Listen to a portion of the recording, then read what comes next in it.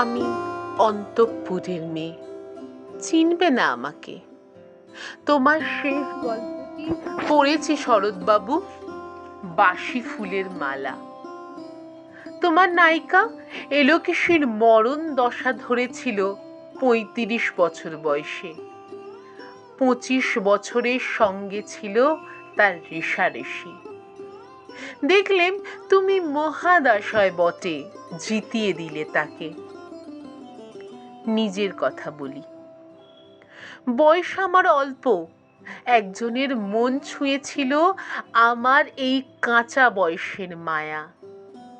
তাই জেনে পুলক লাগতো আমার দেহে। ভুলে গিয়েছিলাম আমি অত্যন্ত সাধারণ মেয়ে। আমার মতো এমন আছে হাজার হাজার মেয়ে, অল্প বয়সের মন্ত্র তাদের যৌবনে। তোমাকে দোহাই দিই, একটা সাধারণ মেয়ের গল্প লেখো তুমি। বড় দুঃখ তার, তার স্বভাবের গভীরে অসাধারণ কিছু তলিয়ে থাকে কোথাও। কেমন করে প্রমাণ করবে সে? এমন কজন মেলে যারা তা ধরতে পারে? কাঁচা বয়সের জাদু লাগে ওদের চোখে। মন যায় না সত্যের খোঁজে, আমরা বিকিয়ে যাই মরীচিকার দামে। কথাটা কেন উঠলো তা বলি। মনে করো তার নাম নরেশ। সে বলেছিল কেউ তার চোখে পড়েনি আমার মতো। এত বড় কথাটা বিশ্বাস করব সে সাহস হয় না। না করব এমন জোর কই? একদিন সে গেল বিলেতে। চিঠিপত্র পাই কখনো বা। মনে মনে ভাবি, রাম রাম, এত মেয়েও আছে সে দেশে, এত তাদের ঠেলাঠেলি ভিড়, আর তারা কি সবাই আসামন না? এত বুদ্ধি, এত উজ্জ্বলতা, আর তারা সবাই কি আবিষ্কার করেছে এক নরেশ সেনকে, স্বদেশে যার পরিচয় চাপা ছিল 10-এর মধ্যে। গ্যালোমেলের চিঠিতে লিখেছে লিজির সঙ্গে সমুদ্র নাইতে গেছিল। বাঙালি কবির কবিতার কয়েক লাইন দিয়েছে তুলে, সেই যেখানে উর্বশী উঠছে সমুদ্র থেকে। তারপরে বালির পরে বসল পাশাপাশি।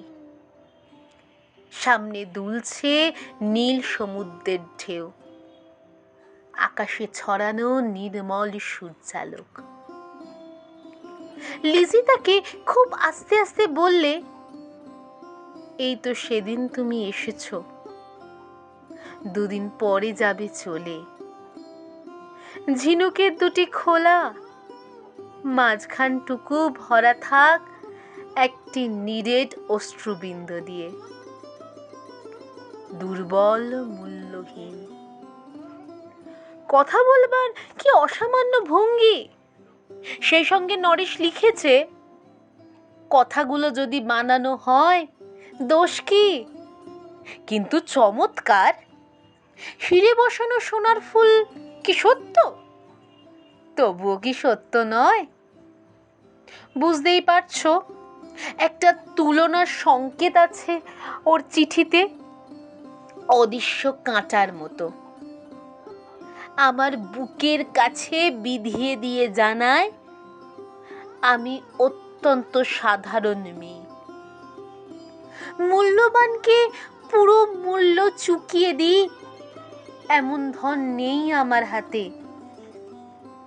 ওগো, না হয় তাই হলো, না হয় ঋণী রইলাম সারা জীবন।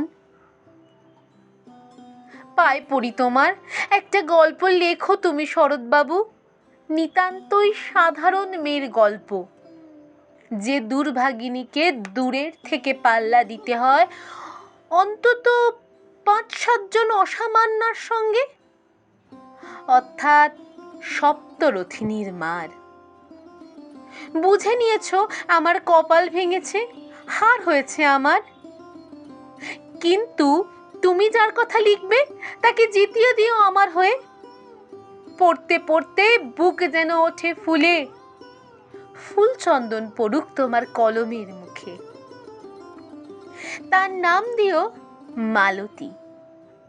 ওই নামটা আমার, ধরা পড়বার ভয় নেই। এমন অনেক মালতী আছে বাংলাদেশে, তারা সবাই সামান্য মেয়ে। তারা ফরাসি জার্মান জানে না, কাঁদতে জানে। কি করে জিতিয়ে দেবে? উচ্চ তোমার মন, তোমার লেখনী মহিষী। তুমি হয়তো ওকে নিয়ে যাবে ত্যাগের পথে দুঃখের চরমে, শকুন্তলার মতো। দয়া করো আমাকে, নেমে এসো আমার সমতলে।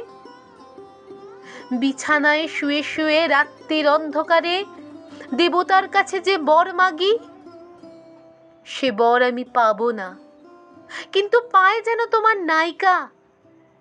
রাখো না কেন নরেশকে ৭-৮ বছর লন্ডনে, বারবার ফেল করুক তার পরীক্ষায়। আদরে থাক আপন উপশিকা মণ্ডলীতে। ইতিমধ্যেই মালতী পাশ করুক MA কলকাতা বিশ্ববিদ্যালয়। গণিতে হোক প্রথম তোমার কলমের এক আঁচড়ে। কিন্তু ওখানেই যদি থামো, তোমার সাহিত্য সম্রাট নামে পড়বে কলঙ্ক। আমার দশা যাই হোক, খাটো করো না তোমার কল্পনা।